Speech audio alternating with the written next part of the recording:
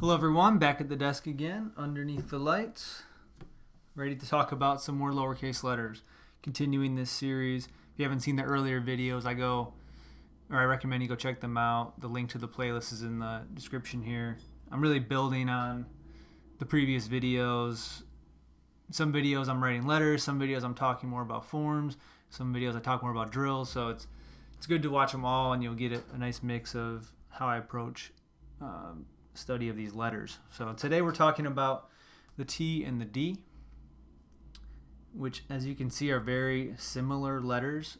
I have the geometry here with the red lines, which I'll talk about in a second. Real basic things about this letter, or both of these letters, is that they are 2 times the x height. So my x height is from here to here, and these letters are 2 times the x height, so they're 2 x heights high. As opposed to 3 x heights high. So they kind of have a special height that no other letters have. Your P could be this tall as well. We won't get into that today. So that's just a real basic thing. As far as the geometry of these letters go, you can see over here I have my main slant, which is this line here. I have my connective slant here. So this is 52 degrees. The main slant, connective slant is about 29 degrees. And then I've highlighted these lines within the letters here that I've drawn. So these are my exemplar letters that you could say we're working with today. And I have the connective slant as a dotted red line. I have my main slant as a dotted red line here, another connective slant here. And you can see how the T especially, goes right around these lines. So we have this connective slant. It starts at the bottom of the connective slant. We do a right curve around it. And then once we hit the x height, which is right here, we are on slant. We go straight up on slant, and we retrace back down on slant, coming down that main slant line, and then we do our exit turn, which really turns into another right curve around this connective slant. So you can see how these connective slants and the main slants are a great way to visualize this letter and really build around it. The D is very similar, except that instead of this just underturn entry, it has this A shape. So you can see the lowercase a right here. It's the same exact form, lowercase a, which really kind of,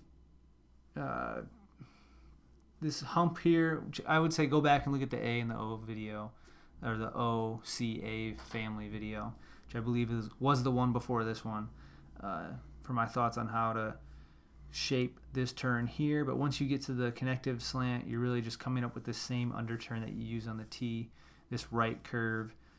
And again, you go up on slant, you retrace back down on slant, and then you exit on that connective slant again with another right curve. Geometrically, the form is very simple, but executing these letters is actually very difficult. And the main thing that makes them so difficult is really this retrace that you have going on this main slant. It's just really hard to get a stroke that goes right up on the main slant and then to just cover that stroke again with your pen without deviating to the left or right.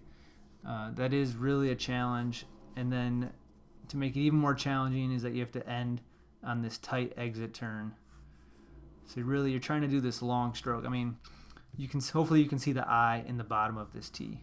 We have an I that goes from here to here, which is pretty much the simplest letter in the script. The T is just that much more difficult because instead of coming down from here and making this exit stroke, you're coming down from all the way up here, from 2 x heights. And just nailing that stroke all the way down and then getting to this turn and nailing that turn is very difficult. So not an easy letter. Give yourself some slack, but hopefully this video helps you begin to study this letter and really understand how it works and how you can improve it. So what I've done below here, and I drew these on, this is an inch high. It's too big to be practicing the letter. It just really, that would really test the range of your motion of your arm. So what I've done down here is we have a smaller, I think this is 5/8 of an inch high, 2 x height space. So we're just going to make them this big, and this is a nice range to practice at because it's big enough where you're not cramped and you're going to force yourself to move with arm movement, but it's not so small that you're having trouble hitting the form. What I like to do is just do some retraces like this. I don't think it's something I've talked about too much in this series. But draw your letter here. I did it freeform. I didn't use the connective slants and everything. But referring to my exemplar up here, I drew it again with a pencil. And now I'm just kind of going over it with a dry pen. Just trying to feel out what this letter feels like. Make sure I'm in a good spot as far as my range of motion here, which I am. There's not a single part of this letter that I can't touch without that would strain my range of motion. So I'm just feeling it, feeling this entry a little bit. I think that's the best way to describe it. Just kind of feel your way around the letter. I'm not going to do too much of this right now. It's not entirely, not very informative to show you that. So, but something I would recommend you do. Spend some time with it, not just 30 seconds like I did there. But I'll get my pen out here.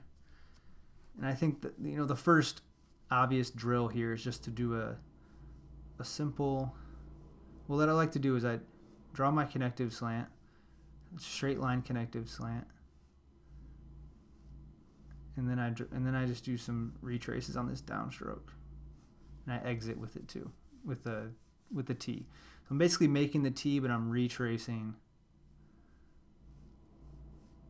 the downstroke, and I'm drawing in this connective slant.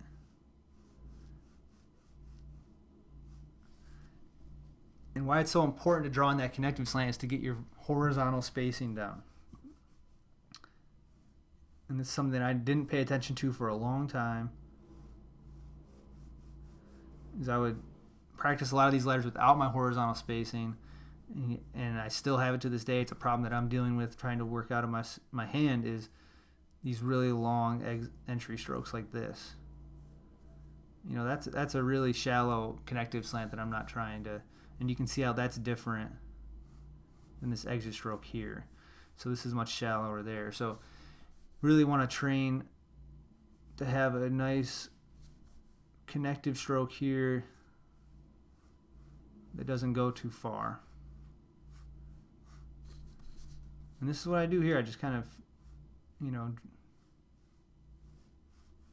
draw it out. You could even draw your exit stroke one again too if you wanted to. Really just feeling the spacing that's required to get from the baseline to the X height with that right curve, and then feeling yourself come down on slant, and you can do some retraces there, which is really helpful just to feel what it feels like in your arm as you do that. And then when you come to the bottom, just slow down and make your exit turn.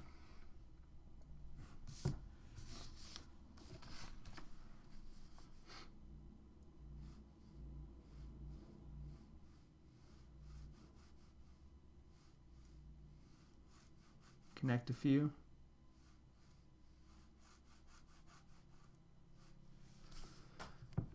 Another thing to look out for this letter is you really want to meet that slant line at your X height. So you want to be on slant here. You don't want to do this, where, I don't know if you can see it, but there's a little gap in here. Very small. I could exaggerate it more. You don't want that gap there. So you want to get right to slant.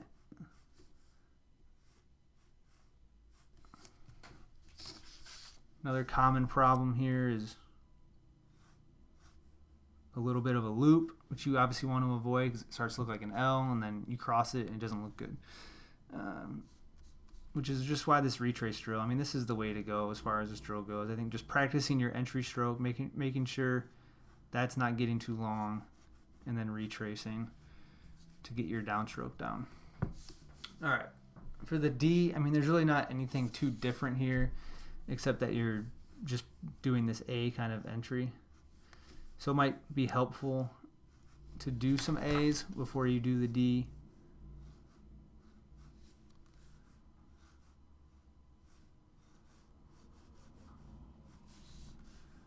kind of get that feeling. You could even draw your connective slant in here too. Something I would recommend. So it's literally the same type of practice as you're doing with the T. You just have that different entry here. You have this A oval shape, this almond shape, and then you're finishing the same exact way. That is the basics of this letter. Just draw a few.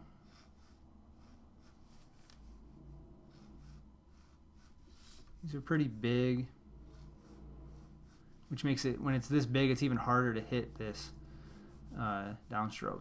Watch your downstrokes here. You can see how mine are kind of going off in this direction instead of on slant, which is in that direction. For some reason, I think I tend to make my D's a little flat and my T's a little too upright.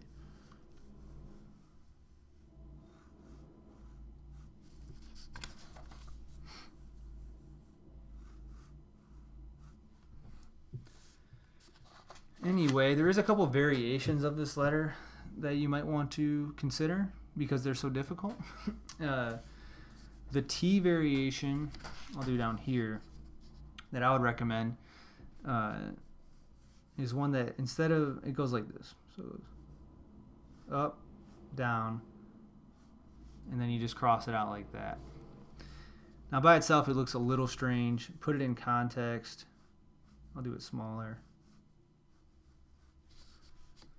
Starts to look a little better, and people are going to be able to read that if they can read cursive. So that's one variation. Again, it's easier because you don't have to do this final turn. It's a lot easier to do this downstroke when you can just pull it down and lift your pen as you go down, as opposed to trying to do that exit stroke. It's also faster because you don't have to cross your T when you're done. It's already crossed. Just an option. It's not as readable as this T. This T is definitely more readable, more common, but it's a little easier to execute, and it's a little shortcut, which I'm all for when it comes to business penmanship. The D, that can be a little easier depending on where you're at, is this looped D, and you see it a lot at the end of a word, which I use all the time.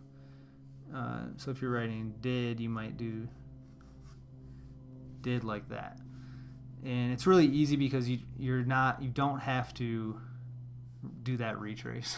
That retrace is the hardest part, and it allows you to avoid that.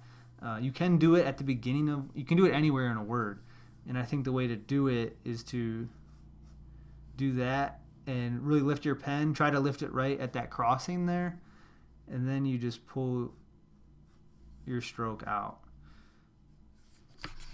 If you could do it in one stroke, that's great.